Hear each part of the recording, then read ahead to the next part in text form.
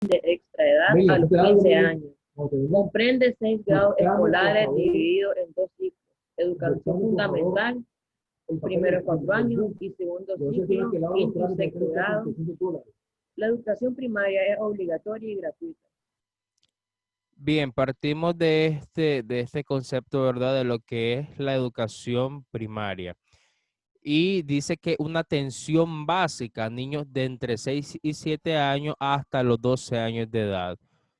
Y esta es la edad, estas son, perdón, las edades que uno oscilan lo que es primaria. Cuando uno tiene 6 o 7 años, entra a primer grado y ya viene saliendo de la primaria entre los 12, 13 años. Cuando habla esto aquí y dice a los que se encuentran en situación de extraedad hasta los 15 años, ¿a qué se refiere esta parte? A alumnos que quizás por algún motivo no pudieron estudiar un año y pues tuvieron que atrasarse. O incluso a los que estudiaron el año, pero porque no aprobaron las materias o reprobaron, perdón, varias materias, tuvieron que volver a repetir otro. Y bien, comprende 6 grados escolares. Esto ustedes ya lo tienen más que claro. Se dividen en 2 ciclos. La educación fundamental, que son los primeros 4 años, es decir, de primero a cuarto grado, y el segundo ciclo, que es quinto y sexto grado. En este aspecto, ¿por qué se divide en dos la educación primaria? Por la cuestión de las edades. Siempre recuerden que esto tiene mucho que ver, perdón, con respecto a la edad con la que uno trabaje. No es lo mismo que yo trabaje con ustedes, ¿verdad? Que son alumnos de octavo grado de secundaria, a que trabaje con alumnos de segundo grado de primaria. O sea, las responsabilidades, las capacidades son todas distintas. Por lo tanto, debemos de tener en cuenta que siempre se van dividiendo los grados por esto mismo, ¿verdad? Los primeros 4 años y los últimos 2 años de la primaria se dividen por esta razón de las edades. También para que los alumnos de quinto y sexto grado se vayan involucrando más en lo que es la dinámica de la secundaria, porque ya les va a tocar otros 5 años de secundaria, 6 para los que quieran optar por el magisterio. Pero tengamos en cuenta eso, ¿verdad? Dice también que la educación primaria es obligatoria y gratuita. Explico esto, ¿verdad? Cuando hablamos de obligatorio, no lo veamos desde el punto de vista que impuesto, que tengo que hacerlo porque no tengo otra opción, porque me están obligando, como la palabra lo dice, y no lo veamos así, ¿verdad? En primer lugar, obligatorio corresponde a lo que es la ley. Y recordemos que cuando estuvimos hablando de la importancia del estudio en el artículo 55 de la ley 287 de la Constitución Política, en el inciso C, si no me equivoco, hablaba de que el niño, niña y los adolescentes tienen la responsabilidad de estudiar. Entonces, cuando hablamos de una educación primaria que es obligatoria, nos referimos a que es parte de la ley que hay que cumplir, ¿verdad? Un niño, una niña, un adolescente debe de cumplir con su responsabilidad con el estudio. Por eso dice que es la educación, perdón, primaria es gratuita, es obligatoria. ¿Y por qué gratuita? Porque aquí se divide en dos sectores, sector público y sector privado. El sector público lo administra el Estado, lo administra el gobierno. Entonces, eh, cuando habla de gratuita, hay que hacer una aclaración, ¿verdad? Cuando hablamos de gratuita, es gratuita para quien recibe la educación, pero la educación siempre tiene un costo. ¿Y de dónde se paga esta educación? De los impuestos que se recogen anualmente de todo el pueblo, ¿verdad? De todo lo que compramos, de todos los servicios que pagamos, etcétera. Entonces, es gratuita para quien la recibe, más no es gratis el costo de ella. Entonces, porque, aquí hay que hacer una aclaración, ¿verdad? Los docentes que trabajan en los colegios públicos, ellos reciben su salario. Ellos trabajan al igual que los docentes de un colegio privado y todo, pero reciben el mismo salario que puede recibir un docente en un colegio privado. ¿Cuál es la diferencia? Lo mismo, ¿verdad? Que al docente privado le da su salario el colegio, en cambio el docente de un colegio público le da su salario el Estado. Por eso digo, ¿verdad? Que la educación es gratuita en cuanto a quien la recibe, pero no a quien la da, ¿verdad? Siempre, la educación siempre tiene un costo. Entonces, por eso hacemos la aclaración, ¿verdad? Es obligatoria porque es parte de la responsabilidad de la ley, pero también es gratuita hablando por el sector público, ¿verdad? Y en el sector privado, como les decía anteriormente, aquí en Nicaragua hay dos sectores, lo que es sector público y sector privado. El sector privado, pues cada colegio administra su propia institución y responde a las necesidades que ellos crean convenientes. Por eso es que cuando uno paga una mensualidad en un colegio, tiene ciertos derechos. eh, no es que sea más que el público, ¿verdad? Pero tiene una mayor responsabilidad por el hecho de que están pagando por un servicio de aprendizaje. Bien, ahora vamos a compartir los objetivos de la educación primaria. Nosotros recordamos los objetivos de la educación preescolar, tenemos en cuenta algunos, pues que era más que todo hacer que el niño se adaptara a un entorno diferente, ¿verdad? Que aprendiera a estar con niños de su edad, que aprendiera los principios de los valores, que fuera apropiándose de ellos, pero ahora vamos a ver los objetivos de la educación primaria, ¿verdad? Esto por el hecho de que ya no cambian, todos los objetivos van de la mano, pero ya hay una responsabilidad un poco más grande, ¿verdad? Le voy a pedir al favor a Clarisa Martínez, por favor, léeme el primer objetivo. Okay. Objetivo. Hábitos, valores y aprendizajes trabajados. Consolidar los hábitos, valores y aprendizajes trabajados en la etapa de la educación infantil, niños preparados para aprender.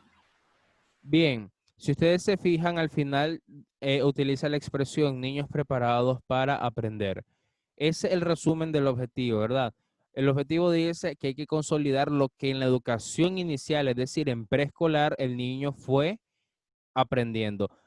Porque en preescolar, como son en menos grados, son solamente 3 años, entonces el niño va asimilando, va agarrando la idea de algunos valores, de algunos métodos de aprendizaje, pero solamente va agarrando esta idea. Cuando ya llega la educación primaria, entonces sí se consolida, es decir, se le da una mayor responsabilidad para que sea capaz de aprender, ¿verdad? Entonces a ese proceso nosotros le llamamos niños preparados para aprender. O sea, niños que sean capaces y de aprovechar sus virtudes para poder aprender. El segundo objetivo, por favor, léelo, Michael Cepeda.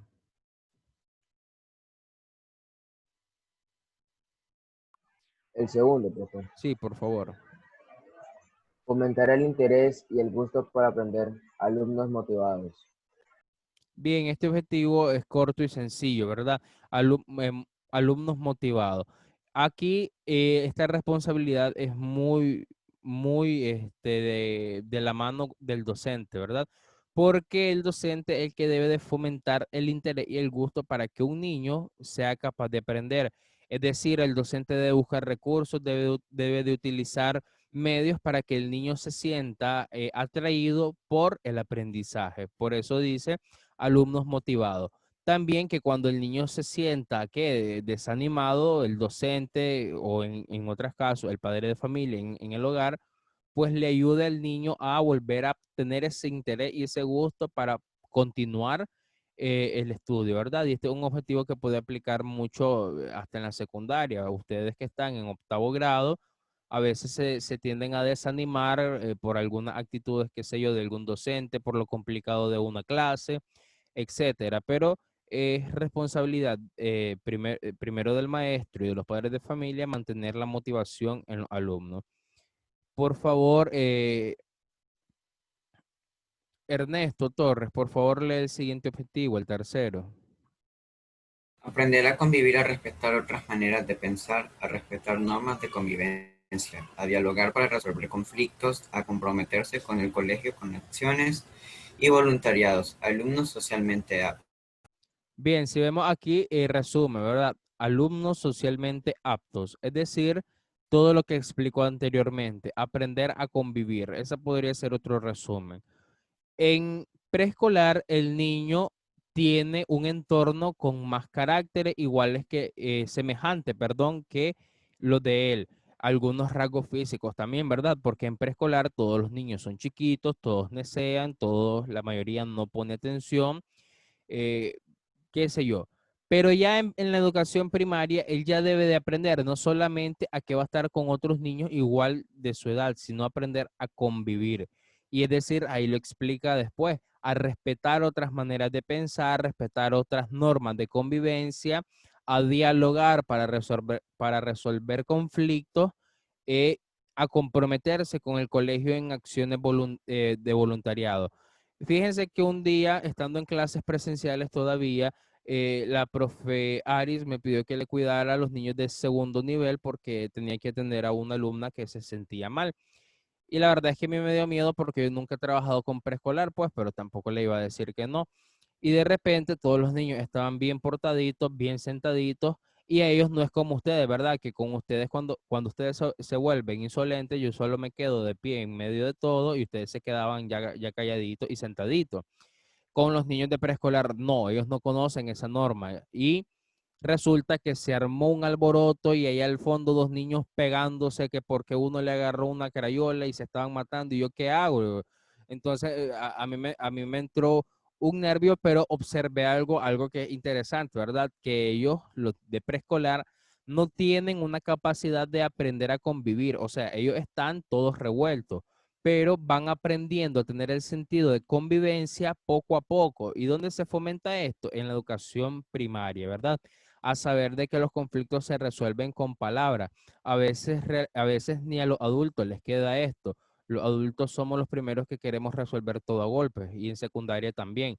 Cuando un chaval se le cuadra a otro, lo quieren resolver a golpes, tal como si esa fuera la mejor solución. Pero no, ¿verdad? De la educación primaria se va entendiendo que no siempre esto es lo mejor. Gabriela Rosales, por favor, lee el siguiente objetivo. Favorecer el desarrollo de la autonomía personal, alumnos autónomos. Bien, desde la educación primaria se va fomentando la autonomía personal. Es decir, que un alumno sea capaz de ser responsable con sí mismo, que pueda aprender a hacer por sí solo sus tareas, que el padre de familia, que la madre de familia no tenga que andar ahí detrás, que hace tareas, que tenés que estudiar y todo esto. Obviamente, no lo va a hacer de la noche a la mañana, un proceso, pero sí, ya por lo menos cuando ya llega a quinto, sexto grado de primaria, ya el alumno debe de saber que debe de tener un espacio en su casa para hacer sus tareas. Ya debe de fomentar, como dice ahí, favorecer el desarrollo de la autonomía personal, es decir, alumnos que sean capaces de ir agarrando la idea, el sentido de poder estudiar por sí solo, ¿verdad? No solamente por el hecho de que me estén diciendo, de que tengo que ir al colegio, de que tengo que hacer tareas, sino que vayamos poco a poco agarrando esa autonomía, esa capacidad de poder formarnos nosotros mismos. Por favor, Janie, lee el siguiente objetivo. El que dice aprender a convivir. No, fomentar la reflexión. Ah, fomentar la reflexión para ir adquiriendo criterio propio, alumnos reflectivos. Bien, entonces este objetivo va preparando en cierto modo el criterio propio de un niño. Y ustedes se dirán, pero profesor, un niño de primer grado, segundo grado, pues ellos no pueden tener un criterio propio. Y ciertamente no, pero desde que ya van adquiriendo conocimiento a través de las clases que van recibiendo, ya van teniendo ideas. Y al tener ideas, ya un indicio para poderlo ir educando por el mejor camino, ¿verdad? Tratándoles de hacer que estos alumnos tengan un criterio propio cuando lleguen a ser adultos. Recordemos que todo esto son objetivos que se van dando paso por paso. Por favor, Jefferson Flores, léenos el último objetivo. Fomentar el respeto por el medio ambiente y la cultura del de la paz junto con la conciencia de nuestra realidad hacia otros en todo el mundo. Alumnos comprometidos. Bien, este último objetivo representa mucho la capacidad que hoy en día el mismo ser humano no tiene, el respeto por el medio ambiente. Recordemos que el medio ambiente nos provee todo, ¿verdad? Desde alimento, oxígeno, bebida, hasta la vestimenta, ¿verdad? Porque la tela sale de algunos animales. El, lo menos que podemos hacer en la educación es fomentar el respeto al medio ambiente. Y ustedes a veces lo miran en las redes sociales, ¿verdad? Y cuando salen chavalos pateando un animal, pateando un gato, quemando un perro, qué sé yo. Entonces realmente no estamos fomentando bien el respeto a ellos, porque todo ser viviente merece respeto, ¿verdad? Respeto por su vida y bien, eso es algo que debemos de fomentar en la educación desde la primaria. También en la cultura de la paz junto con la conciencia de nuestra realidad hacia otro en todo el mundo.